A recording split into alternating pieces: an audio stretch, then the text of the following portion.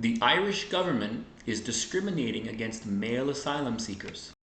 Now, to me, this story demonstrates how feminists and progressives can be very hypocritical when it comes to migration and immigration and gender.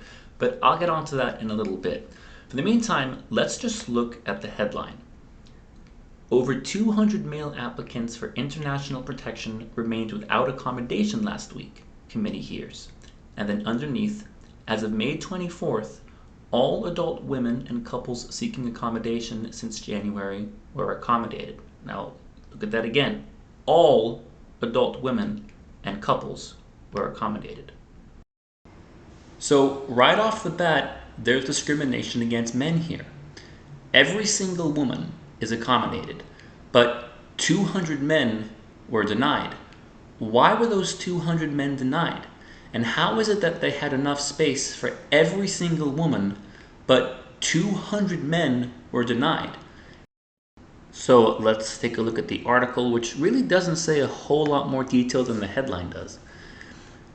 More than 200 men applying for international protection here remained without accommodation last week, an Oireachtas committee has been told. As of May 24th, all adult women and couples seeking accommodation since January have been accommodated. However, 270 men were without a place to stay, officials told the Committee on Children, Equality and Integration. I have to give credit where credit is due, because I'm not saying this is one big giant feminist progressive conspiracy, because read the next part of the article. The facility was forced to pause entry in January.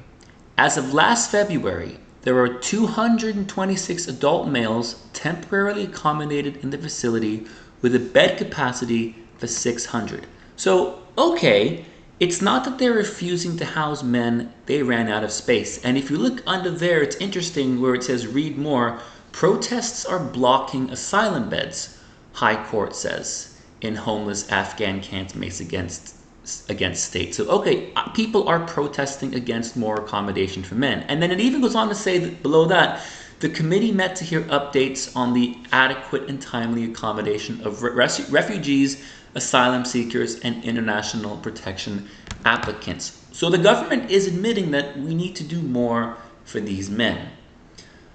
But here's the thing. First of all, I'm going to go and explain what I mean when there's hypocrisy from feminists and progressives on this issue. Very often, you'll hear feminists justify the exclusion of men or male refugees by saying, well, women and children are more vulnerable, and sometimes even, those single adult men could pose a risk. But hang on. You're saying that all refugees deserve help and that all migrants deserve help.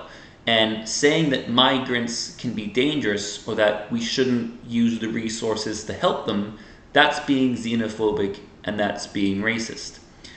But then sometimes we hear those same feminists and progressives and migrant advocates say, well, we only have a certain amount of resources and we just can't help everybody.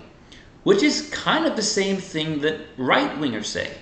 And to be fair, it's right-wingers who very often are saying we can't afford to take in asylum seekers and we can't afford to take in too many migrants because we have to feed our own people first. So you might be thinking, Blue, right now you are all over the place and you are contradicting yourself, and are you blaming feminists or right-wingers? And you're even saying the government's not trying to hurt men. As an MRA though, I looked through that and I just remember that very first part. All women were given accommodation. And when they ran out of room, it was when it was men. They didn't run out of room for women. But for whatever reason, they ran out of room when it was time for men. Now, I don't know whose fault that was. I don't know why that's when the resources always seem to stop.